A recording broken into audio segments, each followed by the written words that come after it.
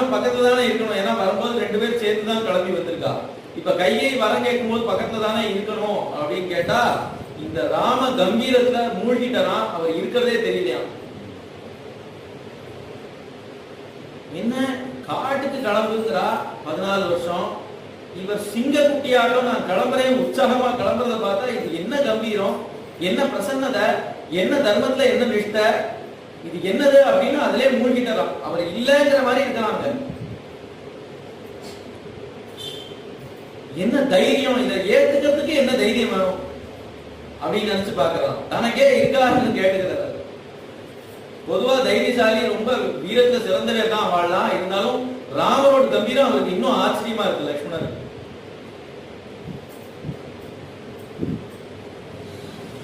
எப்படி சூரியன் உதயமாயிட்டா சந்திரன் மறைஞ்சு போகுமோ அது மாதிரி இப்ப ராமர் பிரகாசமா இருக்கார். இந்த பிரகாசத்துல லட்சுமணன்